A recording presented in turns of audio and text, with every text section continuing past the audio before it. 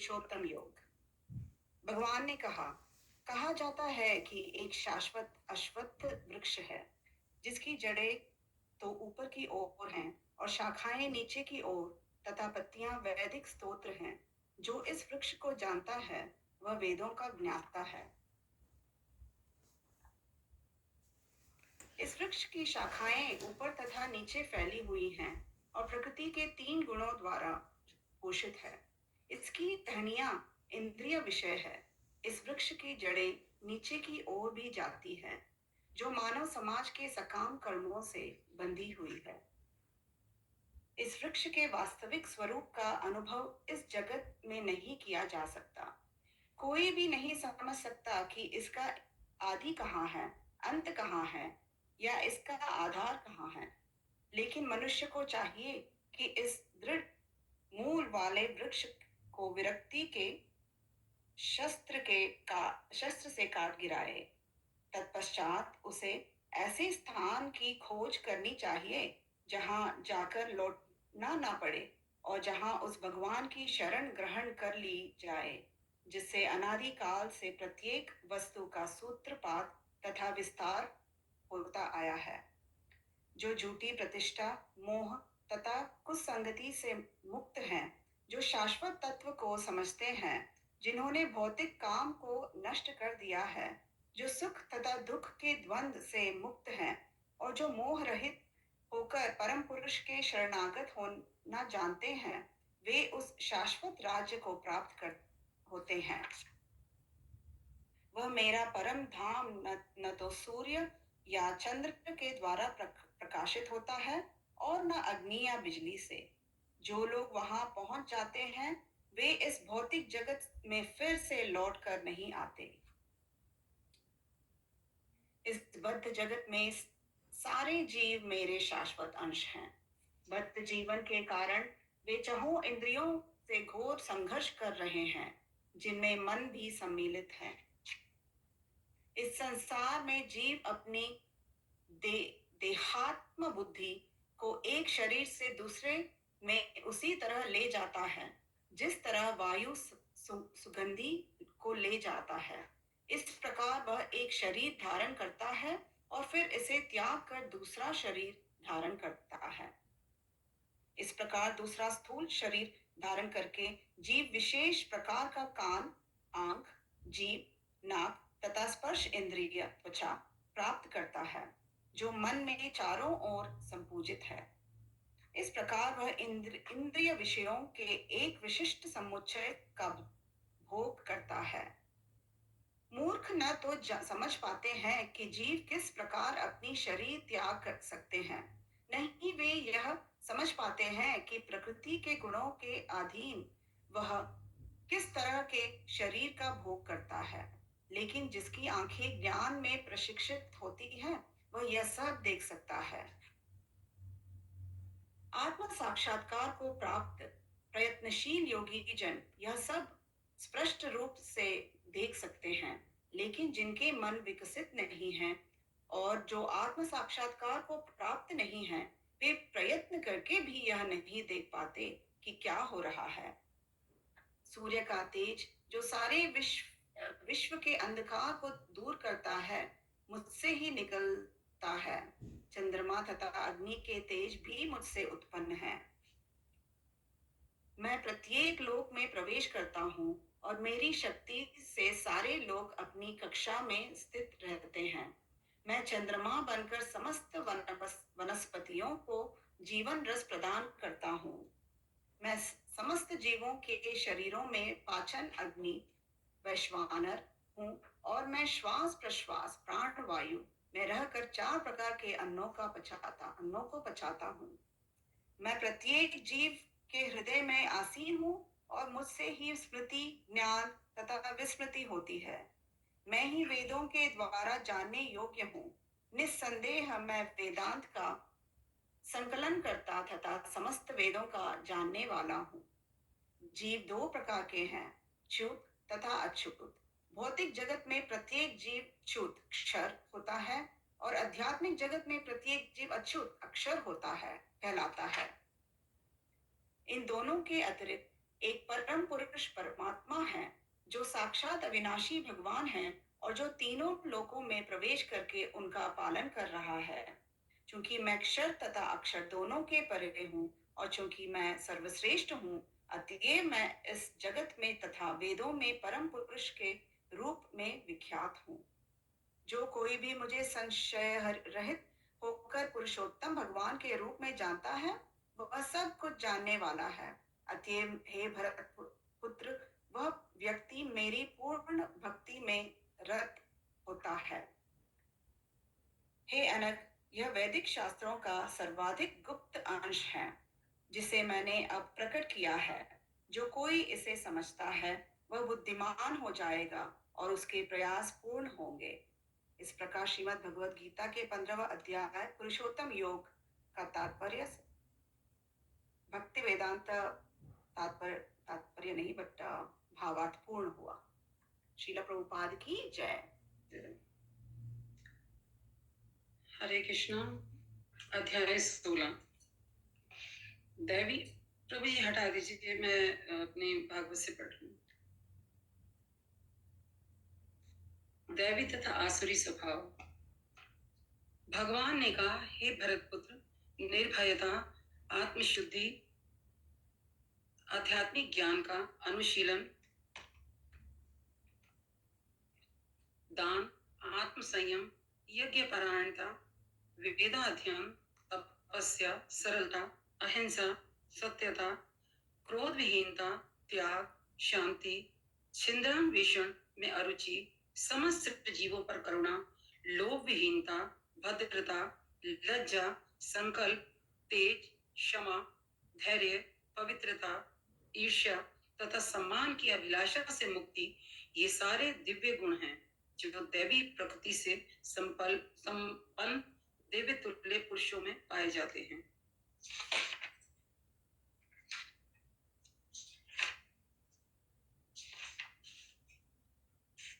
हे प्रथापुत्र, दंभ, दर्प, अभिमान, क्रोध, कठोरता तथा अज्ञान ये आसुरी स्वभाव वालों के गुण हैं। दिव्य गुण मोक्ष के लिए अनुकूल हैं और आसुरी गुण बंधन दिलाने के लिए हैं। हे पांडुपुत्र, तुम चिंता मत करो, क्योंकि तुम दैवी गुणों से युक्त होकर जन्मे हो। हे प्रथापुत्र, इस संसार में सृजित प्राणी दो प्रकार के हैं, दैवी तथा आसुरी। मैं पहले ही विस्तार से तुम्हें दैवी गुण बतला चुका हूँ। अब मुझसे आसुरी गुणों के विषय में सुनो। जो आसुरी हैं वे यह नहीं जानते कि क्या करना चाहिए और क्या नहीं करना चाहिए। उनमें ना तो पवित्रता, ना उचित आचरण और ना ही सत्य पाया जाता है। वे कहते हैं कि यह जगत मिथ्या है, इसका कोई आधार नहीं है और इसका नियमन किसी ईश्वर द्वारा नहीं होता। उनका कहना है कि यह कामेच्छा से उत्पन्न होता है और काम के अतिरिक्त कोई अन्य कारण नहीं है। ऐसे निष्कर्षों का अनुमान करते हुए आसुरी लोग, जिन्होंने आत्मज्ञान खो दिया है और जो बुद्धिहीन हैं, ऐसे अनुपयोगी एवं भयावह कार्यों में प्रवृत्त होती हैं जो संसार का विनाश करने के लिए होता है। कभी न संतुष्ट होने वाले काम का आश्रय लेकर तथा गर्व के मद एवं मिथ्या प्रतिष्ठा में डूबे हुए आसुरी लोग इस तरह मोहग्रस्त होकर सदैव क्षण भंगुर वस्तुओं के लिए अपवित्र कर्म का व्रत लिए रहते हैं। उनका विश्वास है कि इंद्रियों की तुष्टि ही मानवता सभ्यता की मूल आवश्यकता है। इस प्रकार मरण काल तक उनको अपार चिंता होती रहती है। वे लाखों इच्छाओं के जाल में बंधकर तथा काम और क्रोध में लीन होकर इंद्रिय तृप्ति के लिए अवैध ढंग से धन संग्रह करते हैं।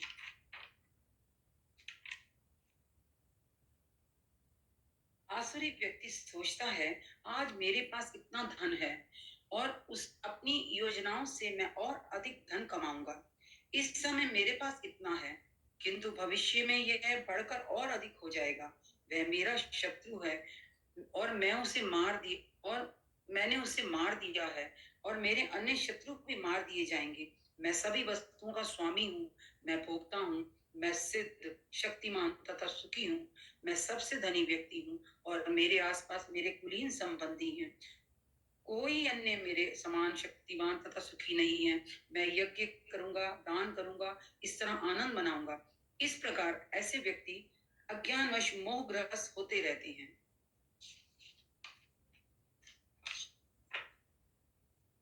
अपने को श्रेष्ठ मानने वाले तथा सदैव घमंड करने वाले, संपत्ति तथा मिथ्या प्रतिष्ठा से मोहग्रस्त लोग किसी विधि विधान का पालन ना करते हुए कभी कभी नाम मात्र के लिए बड़े ही गर्व के साथ यज्ञ करते हैं। मिथ्या, अहंकार, बल, दर्प, काम तथा क्रोध से मोहित होकर आसुरी व्यक्ति अपने शरीर में तथा अन्यों के शरीर में स्थित भगवान से ईर्ष्या और वास्तविक धर्म की निंदा करने लगते हैं। जो लोग ईर्ष्यालु तथा क्रूर हैं और नराधम हैं, उन्हें मैं निरंतर विभिन्न आसुरी योनियों में भव सागर में डालता रहता हूँ। हे कुंती पुत्र, ऐसे व्यक्ति आसुरी योनि में बारंबार जन्म करते हुए, ग्रहण करते हुए कभी भी मुझ तक नहीं पहुंच पाते। वे धीरे धीरे अत्यंत अधम गति को प्राप्त होते हैं। इस नरक के 3 द्वार हैं: काम, क्रोध तथा लोभ। प्रत्येक बुद्धिमान व्यक्ति को चाहिए कि इन्हें त्याग दें, क्योंकि इनसे आत्मा का पतन होता है। हे कुंती पुत्र, जो व्यक्ति इन तीनों नरकों द्वारों से बच जाता है, वे आत्म साक्षात्कार के लिए कल्याणकारी कार्य करता है और इस प्रकार क्रमशः परम गति को प्राप्त होता है। जो शास्त्रों के आदेशों की अवहेलना करता है और मनमाने ढंग से कार्य करता है, उसे ना तो सिद्धि, न सुख, न ही परम गति की प्राप्ति हो पाती है। अतः मनुष्य को यह जानना चाहिए कि शास्त्रों के विधान के अनुसार क्या कर्तव्य है और क्या अकर्तव्य है। उसे ऐसे विधि विधानों को जानकर कर्म करना चाहिए जिससे वह क्रमशः ऊपर उठ सके। इस प्रकार श्रीमद् भागवत गीता के 16वें अध्याय दैवी तथा आसुरी स्वभाव का भक्ति वेदांत तात्पर्य पूर्ण हो। Hare Krishna. Thank you so much.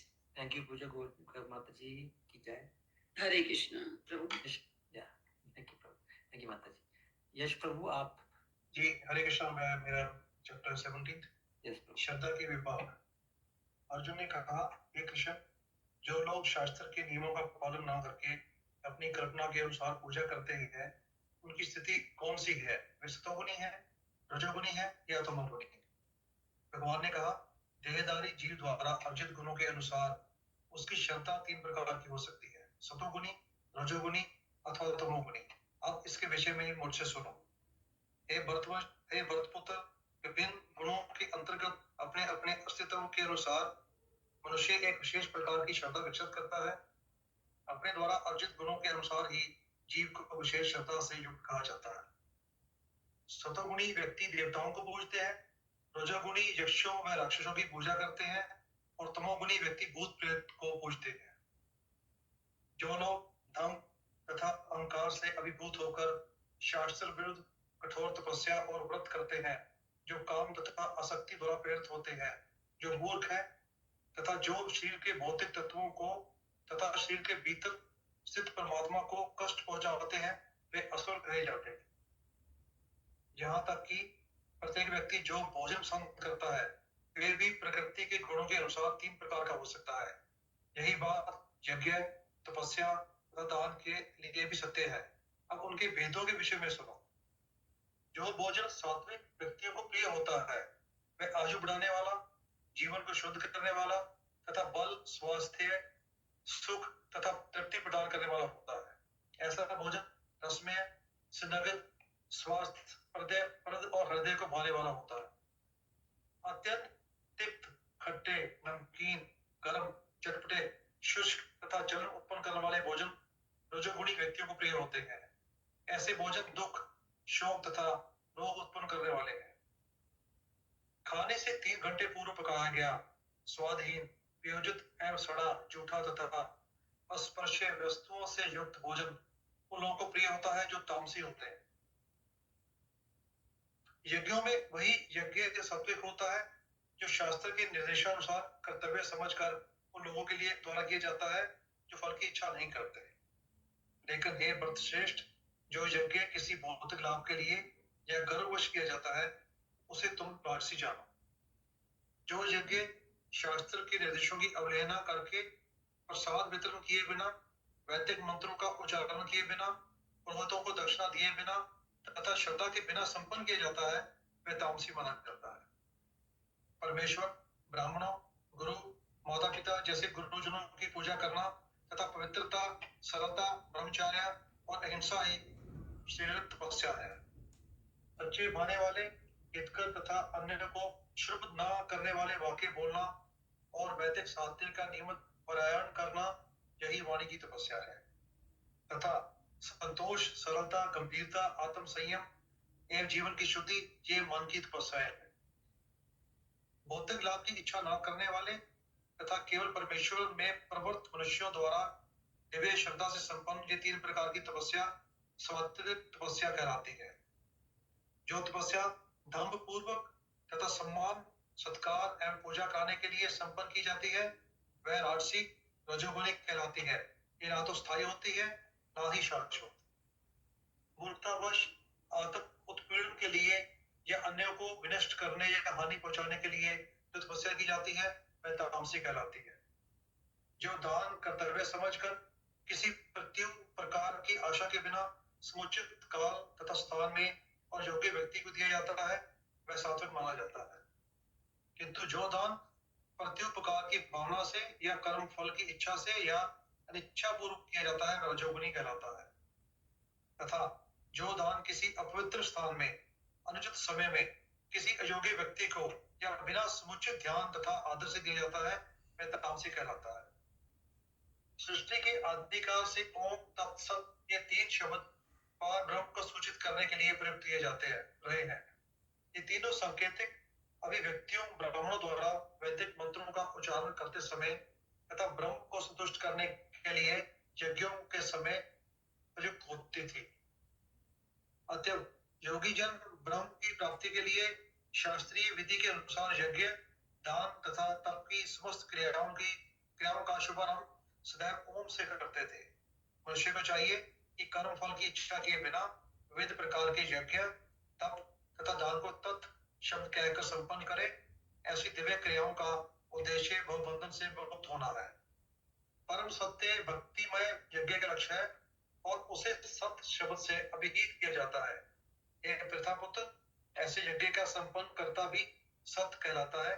जिस प्रकार यज्ञ, तप तथा दान के सारे कर्म भी जो परम पुरुष को प्रसन्न करने के लिए संपन्न किए जाते हैं, सत्य है।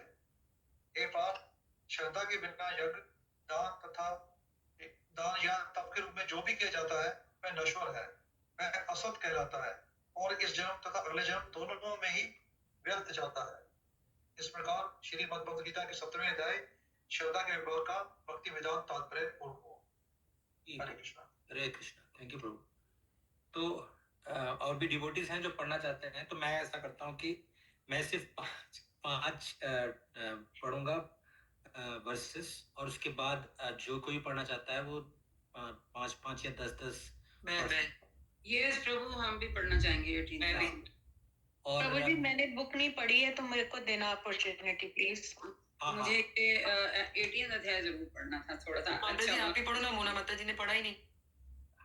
ठीक है इसीलिए कह रही हूँ। मोना माता जी आप पढ़िए ना, आपने तो बिल्कुल ही नहीं पढ़ा। नहीं, मैंने कहा काफी नए लोगों को अपॉर्चुनिटी देनी चाहिए ना, मैं तो पढ़ती रहती हूँ हमेशा। हाँ, तो मैं ऐसे बोलता हूँ, मैं 5 पढ़ लेता हूँ, फिर आप लोग एक को मैं डिसाइड कर दूंगा कि आप जो है टर्न में आप पढ़ सकते हैं। ठीक है? ओके प्रभु जी, अगर हो सके तो मेरा नाम ऐड कीजिए, बट इफ द श्लोक if others are taking 5 that's fine too. नहीं सबको हो जाएगा, सबको हो जाएगा माता जी। 56 ठीक है, थैंक यू। तो हो जाएगा। तो मैं स्टार्ट करता हूँ माता जी। उपसंहार, संन्यास की स्थिति। अर्जुन ने कहा, हे महाबाहु, मैं त्याग का उद्देश्य जानने का इच्छुक हूँ, और हे केशी निषूदन, हे ऋषिकेश, मैं त्यागमय जीवन संन्यास आश्रम का भी उद्देश्य जानना चाहता हूँ।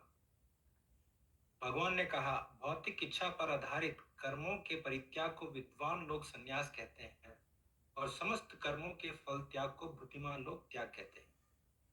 कुछ विद्वान घोषित करते हैं कि समस्त प्रकार के सकाम कर्मों को दोषपूर्ण समझकर त्याग देना चाहिए, किंतु अन्य विद्वान मानते हैं कि यज्ञ, दान तथा तपस्या के कर्मों को कभी भी नहीं त्यागना चाहिए। हे भरत श्रेष्ठ, अब त्याग के विषय में मेरा निर्णय सुनो। हे नरशार्दूल, शास्त्रों में त्याग 3 तरह का बताया गया है। यज्ञ, दान तथा तपस्या के कर्मों का कभी परित्याग नहीं करना चाहिए, उन्हें अवश्य संपन्न करना चाहिए। निसंदेह यज्ञ, दान तथा तपस्या महात्माओं को भी शुद्ध बनाते हैं। ओके माता जी, आप 6 से मोना माता जी आप 12 तक पढ़ लो। आप 12 तक पढ़ लो, 6 से 6 to 12। ओके प्रभु जी, हरे कृष्णा। इन सारे कार्यों को किसी प्रकार की आसक्ति या फल की आशा के बिना संपन्न करना चाहिए। हे पृथा पुत्र, इन्हें कर्तव्य मानकर संपन्न किया जाना चाहिए, यही मेरा अंतिम मत है। निर्दिष्ट कर्तव्यों को कभी नहीं त्यागना चाहिए। यदि कोई मोहवश अपने नियत कर्मों का परित्याग करता है तो ऐसे त्याग को तामसी कहा जाता है। जो व्यक्ति नियत कर्मों को कष्टप्रद समझकर या शारीरिक कलेश के भय से त्याग देता है, उसके लिए कहा जाता है कि उसने यह त्याग रजोगुण में किया है। ऐसा करने से कभी त्याग का उच्च फल प्राप्त नहीं होता। हे अर्जुन, जब मनुष्य नियत कर्तव्य को करणीय मानकर करता है और समस्त भौतिक संगति तथा फल की आसक्ति को त्याग देता है, तो उसका त्याग सात्विक कहलाता है। सतोगुण में स्थित बुद्धिमान त्यागी, जो ना तो अशुभ कर्म से घृणा करता है, ना शुभ कर्म में लिप्त होता है, वह कर्म के विषय में कोई संशय नहीं रखता। निसंदेह किसी भी देहधारी प्राणी के लिए समस्त कर्मों का परित्याग कर पाना असंभव है, लेकिन जो कर्म फल का परित्याग करता है वास्तव में त्यागी कहलाता है। जो त्यागी नहीं है उसके लिए इच्छित, इष्ट, अनिष्टित, अनिष्ट तथा मिश्रित, ये 3 प्रकार के कर्म फल मृत्यु के बाद मिलते हैं। लेकिन जो सन्यासी है उन्हें ऐसे फल का सुख दुख नहीं भोगना पड़ता। हरे कृष्णा। आप पूज्य गोपिका माता जी, आप ना 22 तक पढ़ लो। ओके प्रभु जी, थैंक यू। हरे कृष्णा। हे महाबाहु अर्जुन, वेदांत के अनुसार समस्त कर्म की पूर्ति के लिए 5 कारण हैं। अब तुम इन्हें मुझसे सुनो। कर्म का स्थान शरीर, कर्ता, विभिन्न इंद्रियों, अनेक प्रकार की चेष्टाएं तथा परमात्मा, ये 5 कर्म के कारण हैं।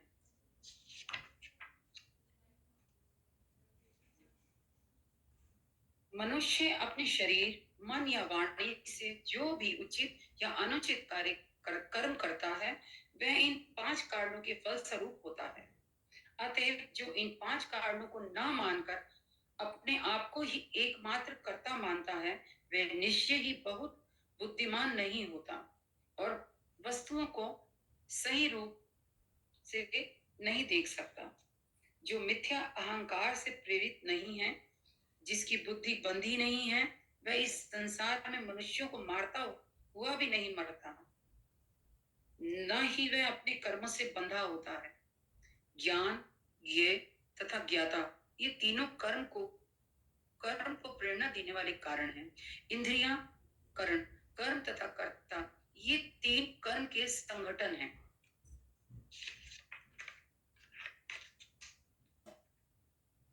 प्रकृति के 3 गुणों के अनुसार ही ज्ञान, कर्म तथा कर्ता के 3 भेद हैं। अब तुम मुझसे इन्हें सुनो। जिस ज्ञान के अत्यंत रूपों में विभक्त सारे जीवों में एक ही अविभक्त आध्यात्मिक प्रकृति देखी जाती है, उसे ही तुम सात्विक जानो। जिस ज्ञान से कोई मनुष्य विभिन्न शरीरों में भिन्न भिन्न प्रकार के जीव देखता है, उसे तुम राजसी जानो। और वह ज्ञान जिससे मनुष्य किसी भी प्रकार के कार्य को जो अति तुच्छ है, सब कुछ मानकर सत्य को जाने बिना उसमें लिप्त रहता है, तामसी कहा जाता है। जो कर्म नियमित है और जो आसक्ति है, राग या द्वेष से रहित कर्म फल की चाह के बिना किया जाता है, वह सात्विक कहलाता है। थैंक यू माता जी। हाँ जी, Hare Krishna. Thank you so much प्रभु। हरे जागृति माता जी, आप 23 से 32 तक पढ़ लें। You mean like 20? Okay. 23 से 32. 24 से 24 से 24 या 32 तक। ओके। लेकिन जो कार्य अपनी इच्छा पूर्ति के निमित्त प्रयास पूर्वक एवं मिथ्या अहंकार के भाव से किया जाता है वह रजोगुणी कहा जाता है। जो कर्म मोह व शास्त्रीय आदेशों की अवहेलना करके तथा भावी बंधन की परवाह किए बिना या हिंसा अथवा अन्यों को दुख पहुंचाने के लिए किया जाता है वह तामसी कहलाता है। जो व्यक्ति भौतिक गुणों के संसर्ग के बिना अहंकार रहित संकल्प तथा उत्साह पूर्वक अपना कर्म करता है और सफलता अथवा असफलता में अविचलित रहता है वह सात्विक कर्ता कहलाता है। जो कर्ता कर्म तथा कर्म फल के प्रति आसक्त होकर फलों का भोग करना चाहता है तथा जो लोभी सदैव ईर्ष्यालु अपवित्र और सुख दुख से विचलित होने वाला है वह राजसी कहलाता है। जो कर्ता सदा शास्त्रों के आदेशों के विरुद्ध कार्य करता रहता है, जो भौतिकवादी हठी कपटी तथा अन्यों का अपमान करने में पटु है और तथा जो आलसी सदैव खिन्न तथा काम करने में दीर्घसूत्री है वह तमोगुणी कहलाता है। हे धनंजय, अब मैं प्रकृति के तीनों गुणों के अनुसार तुम्हें विभिन्न प्रकार की बुद्धि तथा धृति के विषय में विस्तार से बताऊंगा, तुम इसे सुनो। हे पृथापृत, वह बुद्धि सतोगुणी है जिसके द्वारा मनुष्य यह जानता है कि क्या कारणीय है और क्या नहीं है, किससे डरना चाहिए और किससे नहीं, क्या बांधने वाला है और क्या मुक्ति देने वाला है। हे पृथापृत, जो बुद्धि धर्म तथा अधर्म, कारणीय तथा अकरणीय कर्मों में भेद नहीं कर पाती वह राजसी है।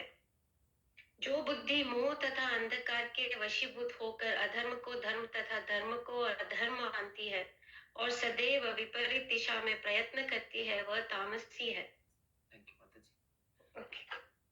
तो यहाँ से अभी माता जी पहले पंकज बाबू बोल रहे थे कि वो पढ़ेंगे और सीमा माता जी, और कोई पढ़ना चाहता है? ठीक है प्रभु जी। नहीं तो मैं रुक जाए माता जी, मैं पूछ रहा हूँ कि और कोई पढ़ना चाहता है कि नहीं। मैं पढ़ लेती हूँ प्रभु, अगर है गुंजाइश तो। अच्छा, तो मैंने भी पढ़ा नहीं, अगर मिल जाएगा और तो जिसने ठीक है। नहीं पढ़ा है प्रभु अच्छा। आप उनको दें पहले। हाँ। पहले आप उनको दें जिसने बिल्कुल नहीं पढ़ा है। तो मंजीत प्रभु आप 33 से 40 तक पढ़ लें। हाँ ठीक, हरे कृष्ण प्रभु। हे प्रथापुत्र, जो अटूट हैं जिसे योगाभ्यास द्वारा अचल रहकर धारण किया जाता है और जो इस प्रकार मन प्राण तथा इंद्रियों के कार्यकलापों को वश में रखती है वह धृति सात्विक है। लेकिन हे अर्जुन, जिस धृति से मनुष्य धर्म अर्थ तथा काम के फलों में लिप्त बना रहता है वह राजसी है। हे पार्थ, जो धृति स्वप्न भय शोक विषाद तथा मोह के परे नहीं जाती, ऐसी दुर्बुद्धिपूर्ण धृति तामसी है।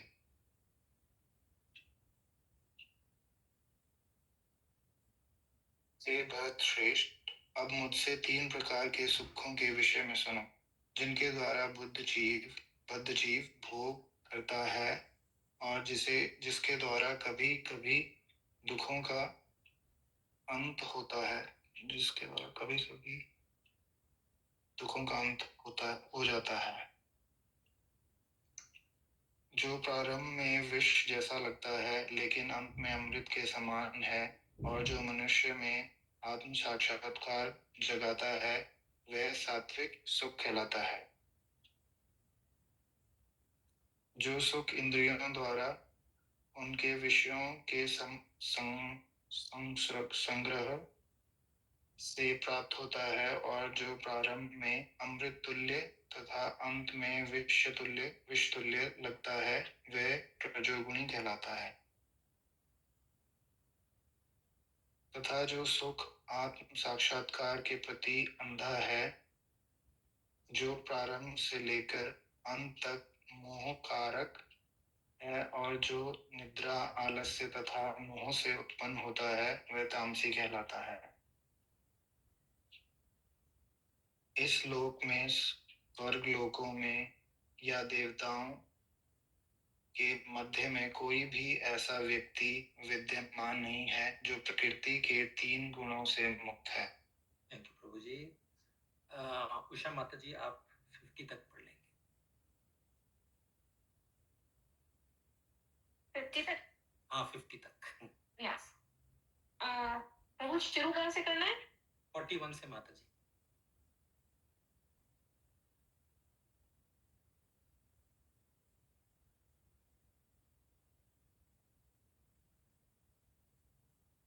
जी। ए ब्राह्मणों, क्षत्रियों, वैश्यों और शूद्रों, मैं प्रकृति के गुणों के अनुसार पैदाशुदा उनके स्वभाव के जरिए तकसीम किए जाते हैं।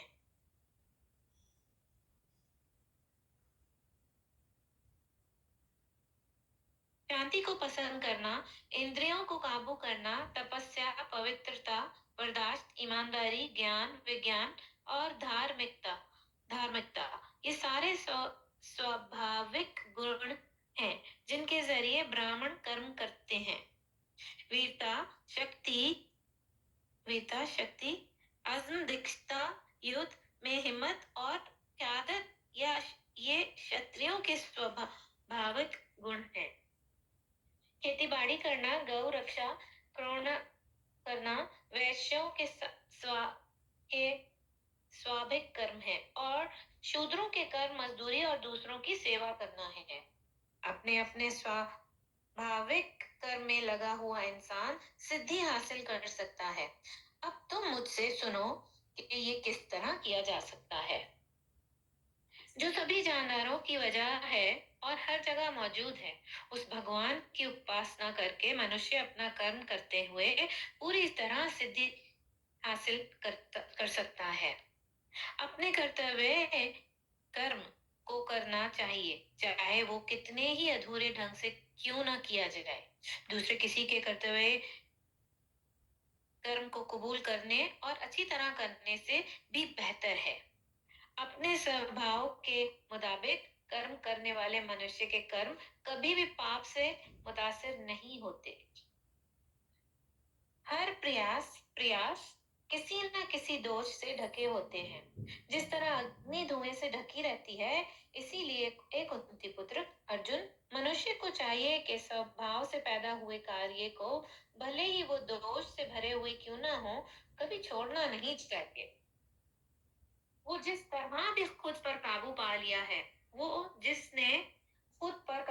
लिया है, और मोह को त्याग कर दिया है, उसके अलावा जो तमाम मादी खुशियों की परवाह नहीं करता, वो संन्यास के अभ्यास के जरिए कर्म फल से मुक्ति के आला मुकाम को हासिल कर सकता है।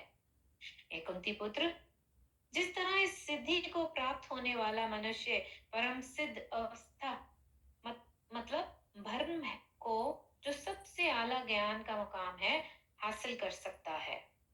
थैंक यू माता जी। पंकज प्रभु, आप 60 तक पढ़ेंगे। ओके प्रभु, हरे कृष्ण। अपनी बुद्धि से शुद्ध होकर तथा धैर्य पूर्वक मन को वश में करते हुए इंद्रिय तृप्ति के विषयों का त्याग कर राग तथा द्वेष से मुक्त होकर जो व्यक्ति एकांत स्थान में वास करता है, जो थोड़ा खाता है, जो अपने शरीर, मन तथा वाणी को वश में रखता है, जो सदैव समाधि में रहता है और पूर्णतया विरक्त, मिथ्या अहंकार, मिथ्या शक्ति, मिथ्या गर्व, काम, क्रोध तथा भौतिक वस्तुओं के संग्रह से मुक्त है, जो मिथ्या स्वामित्व की भावना से रहित तथा शांत है, वह निश्चय ही आत्म साक्षात्कार के पद को प्राप्त होता है।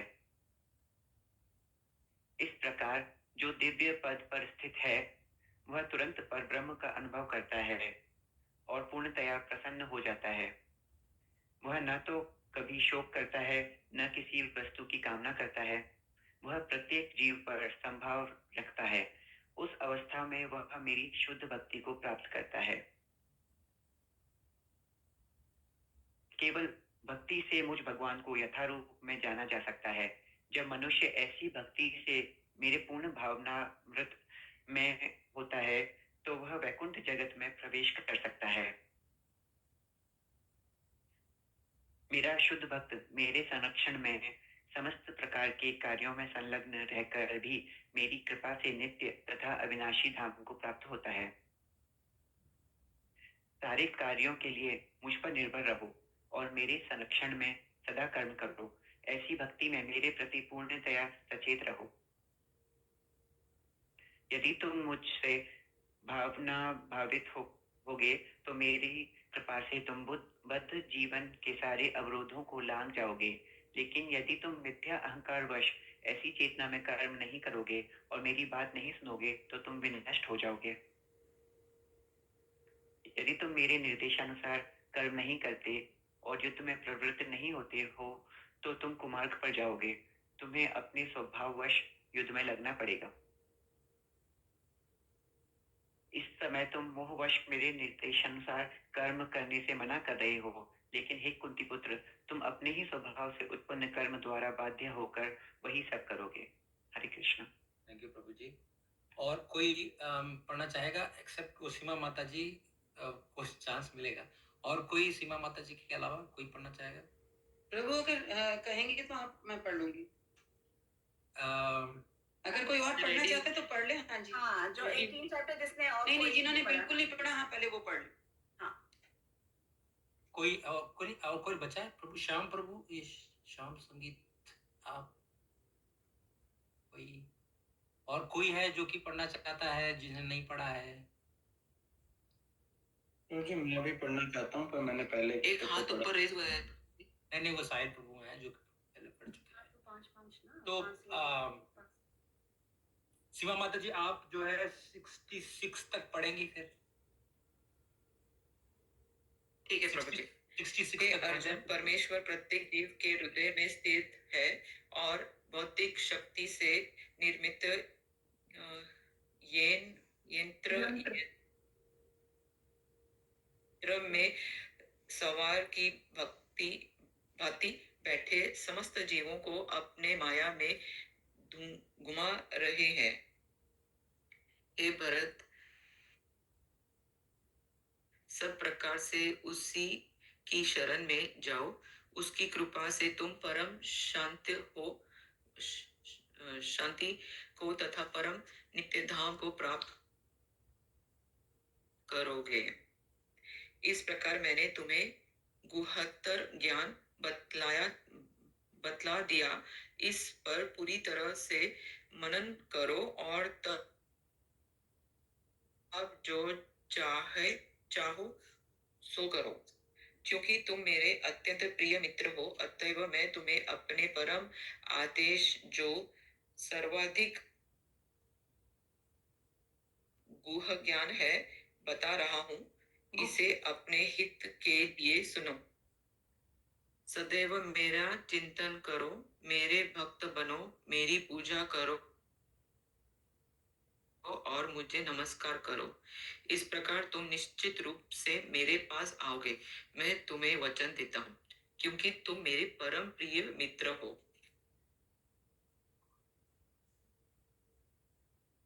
One more right. समस्त प्रकार के धर्मों का परित्याग करो और मेरे शरण में आओ। मैं समस्त पापों से तुम्हारा उद्धार कर दूंगा, डरो। हरे कृष्ण माता जी। साहिल प्रभु आप लास्ट तक पढ़ लो फिर। ठीक है, थैंक यू प्रभु। यह गुह्य ज्ञान उनको कभी भी ना बताया जाए जो ना तो संयमी है, ना एक निष्ठ है, ना भक्ति में रत हैं, ना ही उसे जो मुझसे द्वेष करता हो। जो व्यक्ति भक्तों को यह परम रहस्य बताता है वह शुद्ध भक्ति को प्राप्त करेगा और अंत में वह मेरे पास वापस आएगा। इस संसार में उसकी अपेक्षा कोई अन्य सेवक ना तो मुझे अधिक प्रिय है और ना कभी होगा। और मैं घोषित करता हूँ कि जो हमारे इस पवित्र संवाद का अध्ययन करता है वह अपनी बुद्धि से मेरी पूजा करता है, और जो श्रद्धा समेत तथा द्वेष रहित होकर इसे सुनता है वह सारे पापों से मुक्त हो जाता है और उन शुभ लोकों को प्राप्त होता है जहाँ पुण्यात्माएं निवास करती हैं।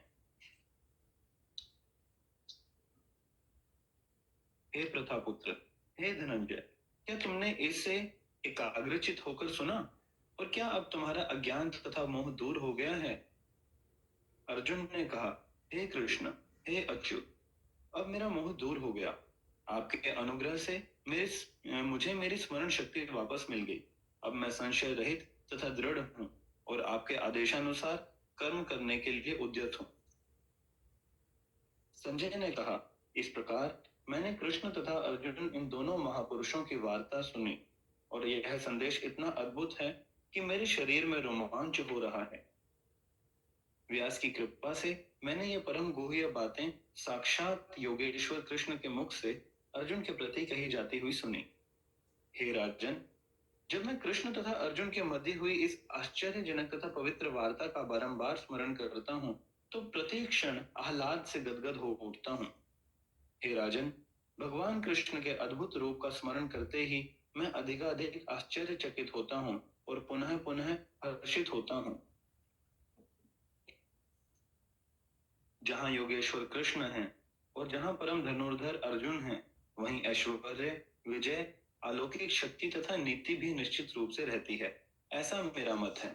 इस प्रकार श्रीमद् भगवद गीता के 18वें अध्याय उपसंहार संन्यास की सिद्धि का भक्ति वेदांत भावार्थ पूर्ण हुआ। हरे कृष्ण। श्रील प्रभुपाद जय। कोई जो है लास्ट वर्स संस्कृत में पढ़ना चाहेगा? पूज्य गोपी माता जी आप पढ़ेंगे 3 बार। कौन सा प्रभु जी? लास्ट वर्स संस्कृत में। उसका यत्र योगेश्वर योगेश्वर वाला 3 बार संस्कृत में बोलता है। ओके। यत्र योगेश्वरः कृष्णो यत्र पार्थो धनुर्धरः तत्र श्री विजयो भूति ध्रुवा नीति मर्मा 3 टाइम ना? 3 टाइम्स माता। हाँ, सब लोग कर सकते हैं, सब लोग कर सकते हैं।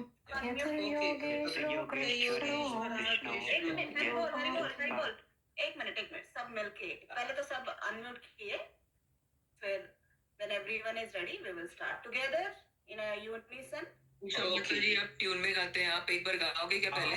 हरे Krishna everyone, can we show on the screen please, जो वरना सबको स्वैप ही करना होगा।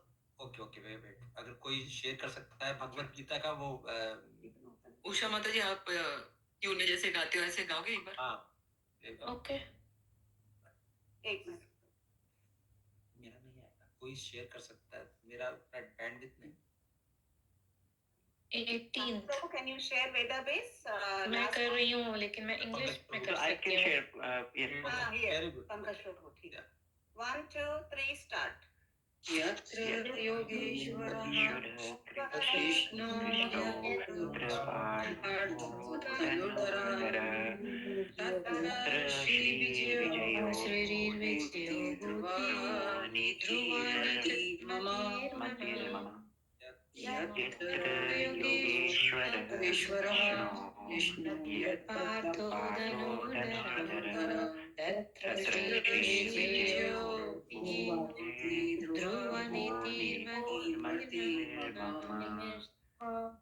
यत्र योगेश्वरः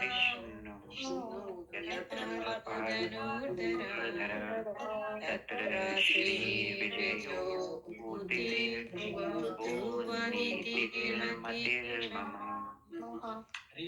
हरि बोल। आप सबने इतना एंथुसियाज्म दिखाया, मैं तो सोच रहा था कि हम हर हफ्ते पढ़ लेते क्यों नहीं कर सकते? we should do it. मेरे से ऐसा तो कर सकते हैं। बहुत ही अच्छी तरह किया है। थैंक यू सो मच माता जी एंड प्रभु जी coordinating this. प्रभु आज ये वाला श्लोक पढ़े, 65 वाला 65 श्लोक पढ़े। हाँ पढ़ो, आप पढ़ो।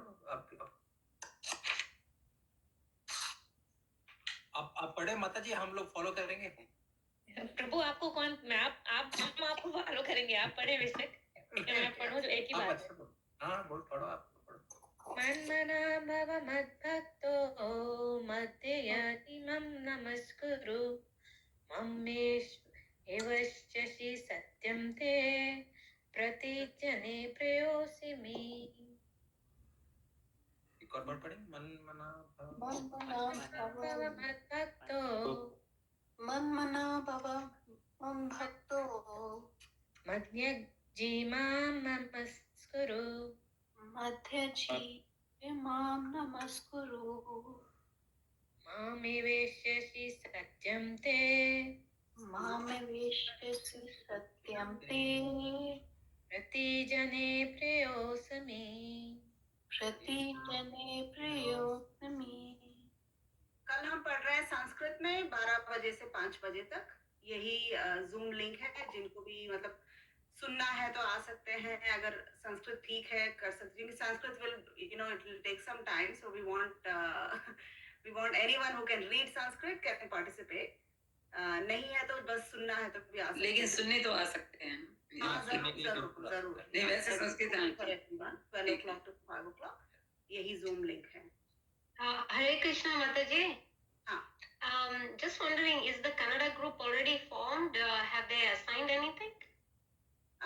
Kannada, I can find out. Yeah, because Girish Chandra Prabhu usually, I think, he takes the initiative. I'm not sure if that is done this time. Do you know his message, contact number? I know I have to ask my Prabhuji because they are in touch. But I'm not sure. I just ask him. Yeah. He usually leads Kannada, so just ask him, and whenever he does, you can do it. Yeah. Okay. Okay. We'll have to contact. I'm not sure if I'll have to get it from my Prabhuji. So Yeah. Tell him to contact him because it's best to ask the lead person. Yeah. Because Kannada, Telugu, I'm doing it next week, and we are doing. I can't read Telugu, but I'm coordinating it with other people who can read it. Okay. So next Saturday and Sunday we are doing Telugu. Yeah, because the calendar showed to be determined, so I'm not sure if it has been filled up or not in Kannada yet. So please ask Girish. He will let you know. Okay. If he says yes, does he have to contact you or? No. He can do it on his own because the lead, whoever is the lead, they are doing it on their own. They are doing on their own. Okay. But they have to let the temple know. That way we can. Exactly. Yeah. Okay. I think I missed the Gujarati group actually. I did not realize it was on the 7th. Oh. Yeah. Jagrati is doing, not Jagrati. Falguni is doing that. Falguni. I think it's already done on the 7th of December, I believe. Yeah. It's done. Yeah. I didn't know about that. No, maybe hopefully next year. But I kept posting on the chat group. I know. You know what? I just kind of overlooked it. Hopefully next time I'm more, a little bit more aware and enlightened. जागो माता Thank जी, you so much, everyone. It was beautiful. Thank you so much. Thank you. Okay प्रभु हरे कृष्ण माता जी। In chat, Hare Krishna, Mahamatra, Hare Krishna. Hare अच्छा कल्पना करो।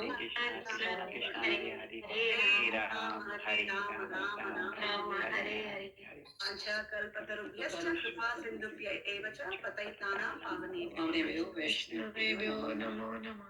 हरे Krishna. I think blushing prayer के साथ खत्म करनी चाहिए प्रभु। आप कर दीजिए माता जी, आप गाइए। आप गए आज हमारा वो कहाँ है अभी बड़ा हो गया ओके पहले छोटेपन में गाता था अभी नहीं। नमस्ते नरसिंहाय Namaste Narasingaya.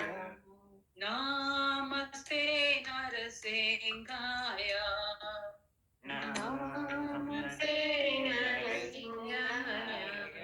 प्रहलाद लाद दाईने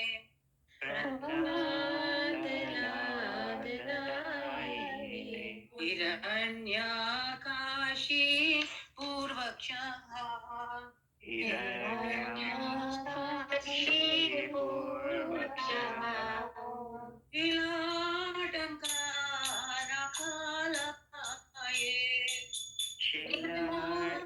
कानालाये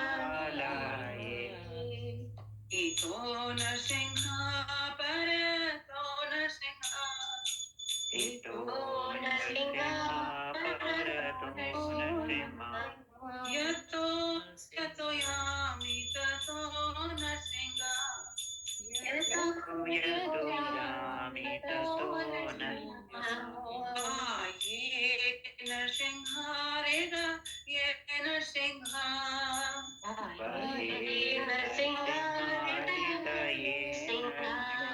नरसिंह मादे शरणं प्रपदे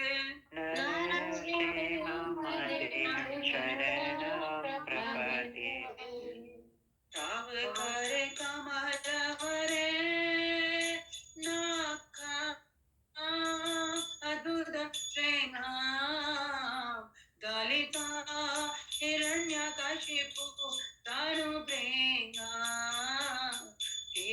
केशवधीता नरहरि रूपा जय जगदीश हरे जय जगदीश हरे जय जगदीश हरे तब कर कमल हरे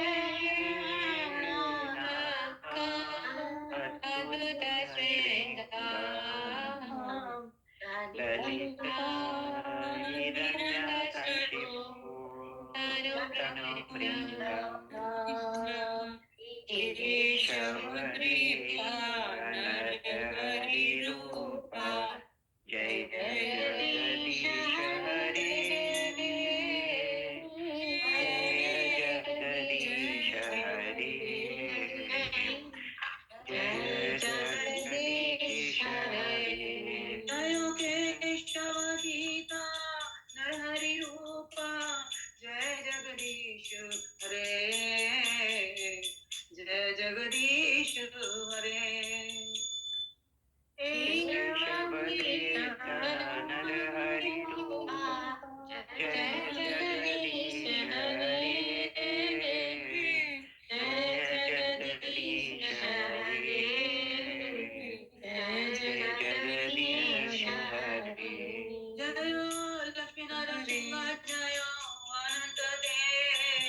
लक्ष्मी नरसिंह जय अनंत देव लक्ष्मी नरसिंह जय अनंत देव जय लक्ष्मी नरसिंह जय अनंत देव लक्ष्मी नरसिंह जय अनंत देव प्रहलाद महाराज प्रहलाद महाराज प्रहलाद महाराज जय प्रहलाद महाराज जय प्रहलाद महाराज जय प्रहलाद महाराज प्रहलाद महाराज जय प्रहलाद महाराज जय जय प्रभुपाद प्रभुपाद प्रभुपाद जय जय प्रभुपाद जय जय प्रभुपाद प्रभुपाद प्रभुपाद जय शिल प्रभुपाद जय जय गुरुदेव गुरुदेव गुरुदेव जय जय गुरुदेव जय जय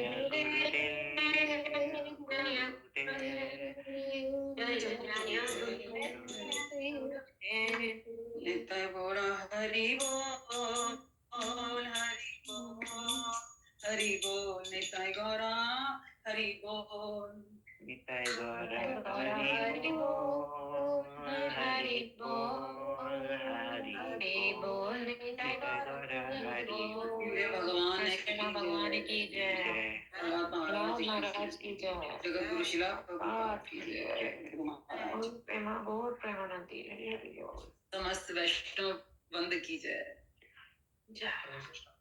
थैंक यू प्रभु thank you so much everyone thank you Narasimha Dev भगवान सब पे कृपा करें इसी तरह हम आगे बढ़ते रहें भक्ति में हरे कृष्णा हरे कृष्णा